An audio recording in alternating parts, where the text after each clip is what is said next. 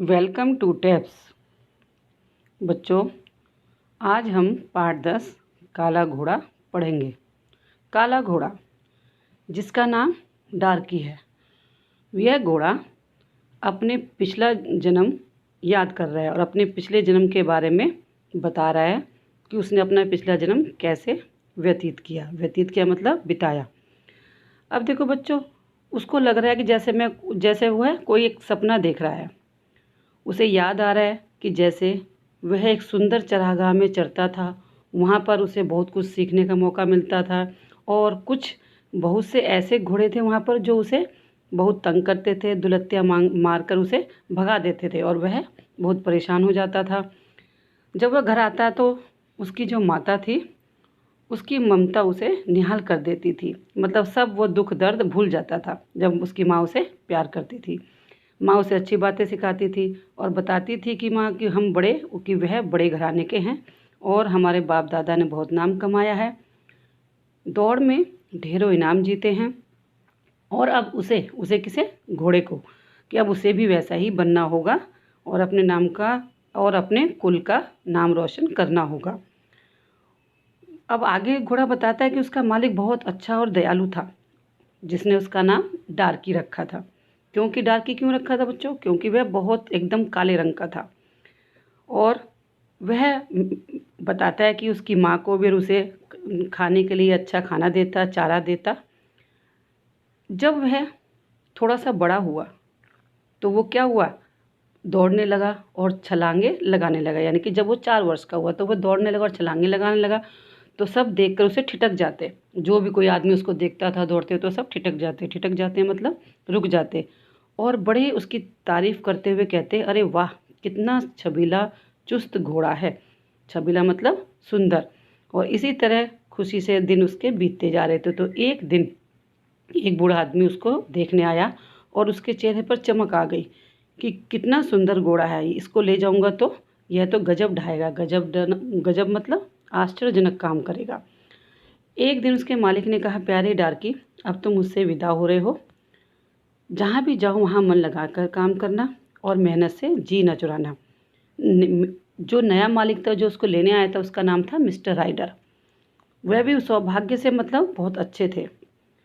उनकी पत्नी भी बहुत सरल हृदय और दयालु थी और उसे भी बहुत अच्छा लगा। कौन? डार्की घोड़ा बहुत सुंदर लगा और उसने एकदम से खुश होकर कहा, चहक कर मतलब खुश होकर कहा, अरे सुनो, इसका नाम ब्लैक ब्यूटी कैसा रहेगा? ब्लैक ब्यूटी नाम रखा किसने? मिस्टर राइडर की पत्नी ने, जिसने उसे खरीदा था। सुनते ही मालिक भी खुश हो गया। हाँ हाँ, ब्लैक ब्यूटी बहुत अच्छा रहेगा, क्या अद्भुत नाम है। अद्भुत मतलब अनोखा। लेकिन मालिक के एक बेटे का नाम था सैमसन। यानी मिस्टर राइडर जो था उसके बेटे का नाम था सैमसन। मिस्टर राइडर जितने उदार थे, सैमसन उतना ही दुष्ट था। एक बार उसने काले घोड़े को इतनी तरह काम करवाया कि उसके पैर भी लड़खड़ाने लगे।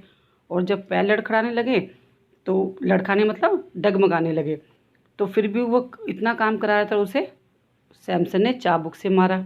तो घोड़े को जो वो घोड़ा था ब्लैक ब्यूटी जिसका नाम रखा था, उसको इतना गुस्सा आया कि उसने सैमसन को पीठ से उछाल दिया। और अब घोड़ा क्या सोच रहा था कि मेरा मालिक मुझे मारेगा क्योंकि मैंने उसके बेटे को अपनी पीठ से उछाल दिया। लेकिन मालिक ने क्या किया?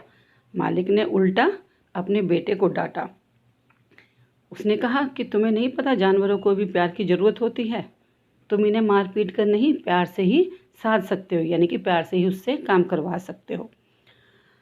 एक बार मालिक लंबी यात्रा पर गए तो क्या हुआ, रास्ते में जोर का आंधी तूफान आया और जब वे पुल के बीच में पहुंचे तो वहाँ पर पानी बढ़ गया था और जो पुल का बीच का हिस्सा था वो पानी में बिल्कुल डूब गया था।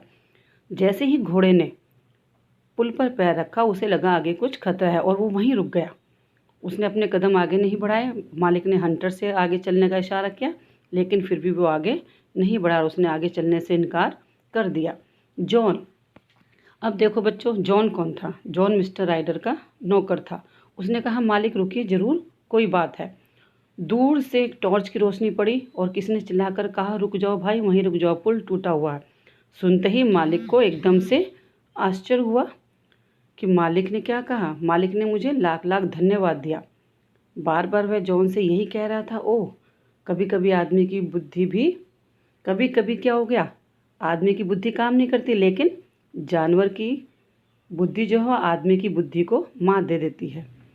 और जब वह घर पहुंचे तो मालिक दौड़े दौड़ी आ रहे। उन्होंने कहा, अरे तुम ठीक ठाक आ गए हो, मैं तो बहुत घबरा गई थी। लेकिन मालिक ने घोड़े की पीठ पर हाथ फिराते हुए कहा, आज इसने हमारे प्राण बचा लिए हैं। और तब क्या हुआ, सब खुश हो गए और उन्होंने रात को घोड़े को बहुत अच्छा खाना दिया और इतना प्यार दिया कि वो घोड़ा कह रहा है कि मैं बता नहीं सकता। जैसे वह रात पूरी खुशियों और सुंदर सपनों से भरी रात थी, जिससे कि वह जीवन भर भी नहीं भूल सकता। तो बच्चों, इस कहानी से आपने क्या सीखा कि पशु पक्षी भी प्यार के भूखे होते हैं। अगर उन्हें प्रेम दोगे तो वह हमारे जीवन को खुशहाल बना देंगे। धन्यवाद।